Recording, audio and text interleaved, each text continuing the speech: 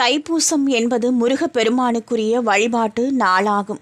அன்னை பராசக்தியிடமிருந்து ஞான வேளை முருகப்பெருமான் பெற்ற திருநாளாக தைப்பூசம் கருதப்படுகிறது. இதன் காரணமாக உலகம் முழுவதும் உள்ள அனைத்து முருகன் கோவில்களிலும் தைப்பூச திருவிழா மிகுந்த பக்தி மற்றும் கோலாகலத்துடன் கொண்டாடப்படுகிறது.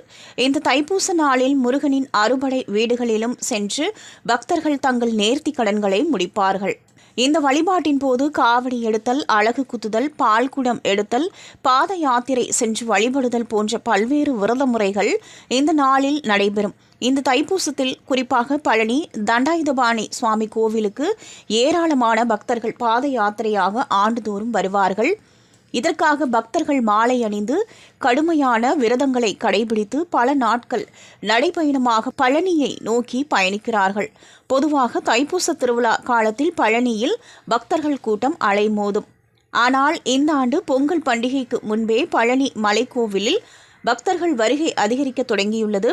வரும் பிப்ரவரி 1ஆம் தேதி பழனி மலைக்கோவிலில் தைப்பூச திருவிழா வெகு விமரிசையாக கொண்டாடப்பட உள்ளது. இந்த நாளில் சுவாமி தரிசனத்திற்காக கட்டண தரிசன வரிசை மற்றும் இலவச தரிசன வரிசைகளில் பக்தர்கள் அனுமதிக்கப்படுவார்கள்.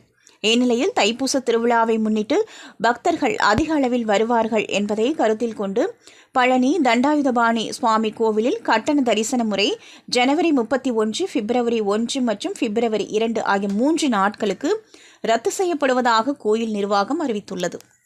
இதுபோல பயனுள்ள ஆன்மீக தகவல்கள் மற்றும் ராசி பலன்கள், நட்சத்திர பலன்கள், அதற்குரிய பரிகாரங்கள் கேட்டு பயன்பெற எங்களது அபிராமி சேகர் ஆஸ்ட்ரோ சேகர் அபிராமி ஆன்மீகம் சேனலை லைக் செய்து உங்கள் நண்பர்களுக்கும் ஷேர் பண்ணுங்க.